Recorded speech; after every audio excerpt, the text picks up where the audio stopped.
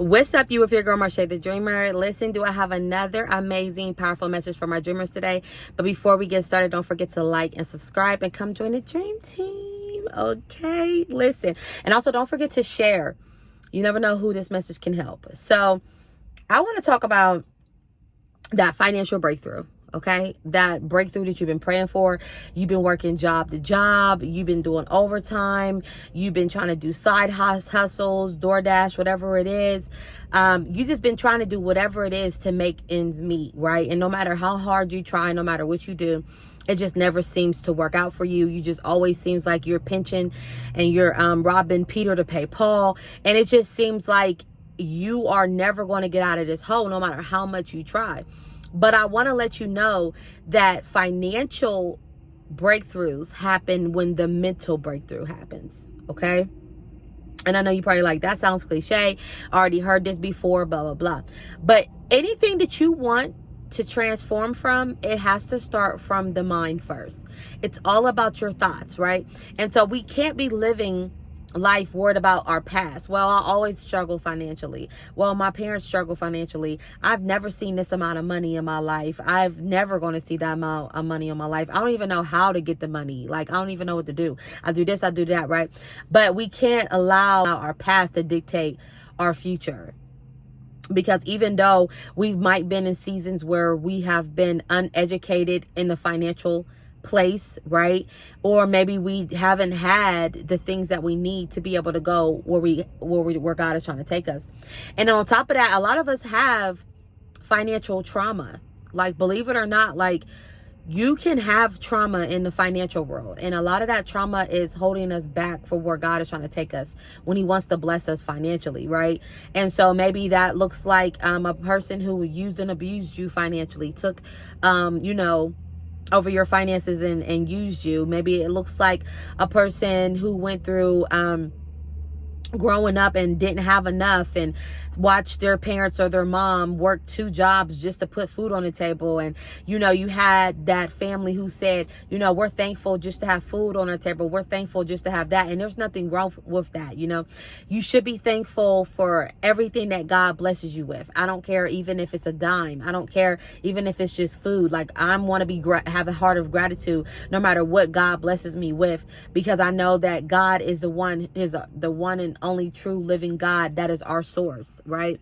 And so we just have to know that we can have a heart of gratitude and be thankful, and also have a heart that wants more, because we serve a God who's big. We serve a God who can bless us with tenfold. We know that God can give us bigger than what we're asking for, but God can only give us what our mindset can receive. So if you don't feel that you're worthy of that big financial breakthrough, you won't receive it. You have to transform your thoughts and your mind and know that, yes, I might be in a financial place where I'm struggling, but this is not my life moving forward. My life will change. And you have to speak affirmations out loud. And I know people like affirmations, but the only reason why I say affirmations is because your words is putting you in position of God's presence and his faith. It's showing him that that's an act of faith. I'm not walking around complaining. I'm not walking around moping. I'm not walking around saying that, oh, this is all I will ever have. Oh, this is why I'm just tired. I'm ready to tap out. I'm ready to give up, which we do have those moments where we're ready to give up and throw in the towel. And that's normal, right? We want to be normal. We don't want to push the fakeness, right? But I'm saying is that you want to have more positive stuff come out than negative. You want to say, God, I believe in you. It may not look like it's going to happen, but I trust in you. It may not look like that things are going to shift, but I trust in you. And I know that something is going to change here shortly. I don't know how, but I know that it's going to change. And one of the things that God was showing me in my season when I was going through it financially was he was showing me that you're trying to be the God. You're trying to control the situation. And so I was just so upset, struggling. And I would just go and do different things just to get a couple dollars. And I mean, like, a different things, like, nothing bad, but I'm saying, like, I will go out and probably go get a part-time job, or I will go out and probably do some DoorDash or whatever it may look like. And God is saying, listen, I didn't tell you to go and get a second job. I didn't tell you to go out there and hustle. I told you to stay still. because there is a lesson that I'm trying to teach you in the midst of your stillness. And some of us are afraid to be still. We're afraid to allow God to be our source, because let me tell you this now. Your source is only God, not that job, right? Not the child support, not the business, not any other extra income. Yes, that's a way that you receive money, but that is not your source, okay? God is your source. He's the Alpha, the Omega, okay? He's the one that will make it rain. He's the one who can use something out of the ordinary to bless you that your job couldn't do. Your job can be here today and gone tomorrow, right? How many times have people got laid off and fired? How many times you invested in so many years in a company and they just let you go? That is not your source. God is your source. God is saying no matter what you have in your life, you always come to me. You always depend on me, because I am your source. I will make it happen no matter what. That your child support might stop. Your baby dad may stop paying for the child support. Baby mom may stop paying for the child support. They may lose their job, so they can't pay the child support. You know what I'm saying? Like, you just never know. So you have to know that God is your source.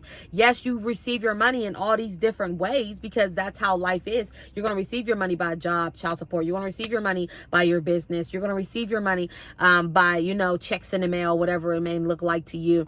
But that is not your source, God is. So God is saying those things may leave you, may forsake you, but I will always be there for you. I will always provide for you.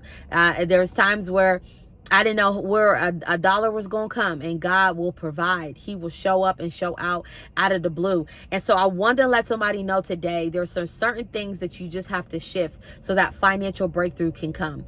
Stop thinking how you're thinking. You have to catch yourself every time you have those negative thoughts. Catch yourself every time you feel like you're going back into that dark hole. You have to tell yourself out loud, no, I might be broke today, but I'm not going to be broke forever. Okay.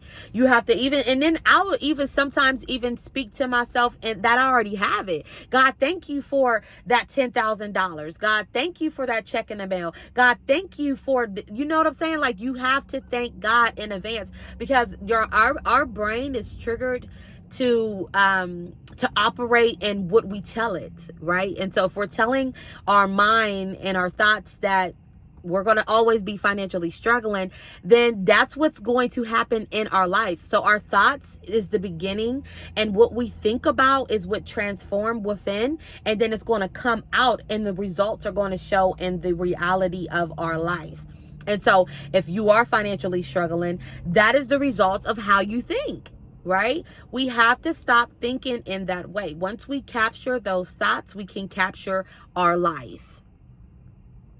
So the financial breakthrough is coming. I'm telling you, the financial breakthrough is coming. It's right around the corner. It's only going to take one move, one thought, one decision for God to move. Okay. That's all he's waiting for. And I don't know what that may look like for you. I don't know what it may look like for somebody else, but I know that it's just going to take that one move, that one thought, that one decision, and God is going to move, and your whole life is going to change. You're going to go from struggling, trying to figure it out, trying to figure out how to eat, trying to figure out how to pay your bills, trying to keep your lights on, to the next day where at a blink of an eye, God is going to bless you tremendously, where you go in your bank account and it's going to be overflowed, enough for it to run over to you, your family, friends, and everybody in need. God is going to give you a cup of overflow, and it's going to be his abundance. It's going to be something that you never expected. And so be prepared for what God is about to do in your life when he does it with your finances. And I also want to put in here, your finances is not just about you.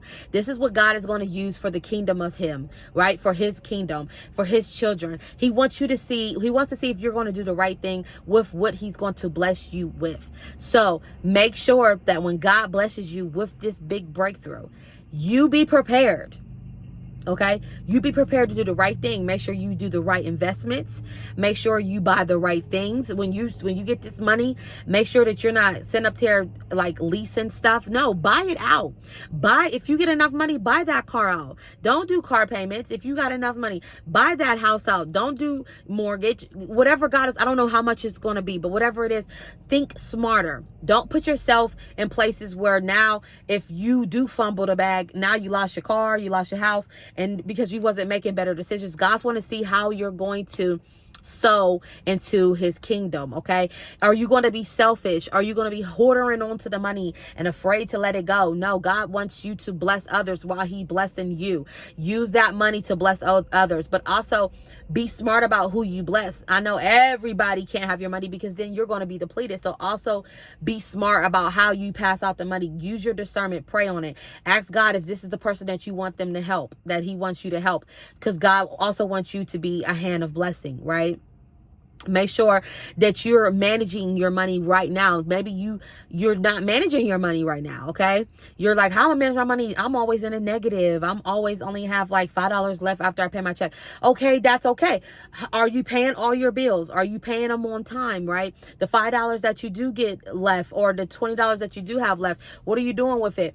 How are you spending that $20? Are you going to get Starbucks and wasting your $20 on Starbucks? Or are you putting that $20 in a tank so you can last to get back and forth to where you need to go for the week, right?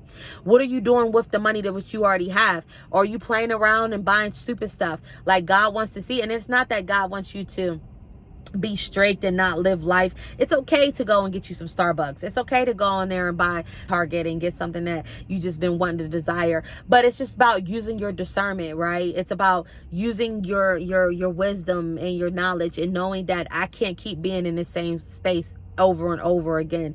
God doesn't want us to be strict and to be a robot, but God also wants us to move with integrity, move with wisdom. You know what I'm saying? So just know when it's the right time to do that, when it's the right time to put the $5. And there was a one time in my life too where I actually, God told me when I was financially struggling, God told me to put the dollar in this envelope and told him, like, this is the dollar that I want you to multiply. When I kid you not, I'm like, $1, you know what I'm saying? Like, $1, God? But God's like, no, put that dollar in the envelope and I'm going to multiply it. So I'm like, okay, because I'm thinking that, I got to save like at least $25 a week, whatever it was. No, God said, give me that dollar. I put that dollar in that envelope. I prayed over it. And when I tell you that God blessed me tenfold, that dollar turned into $1,000.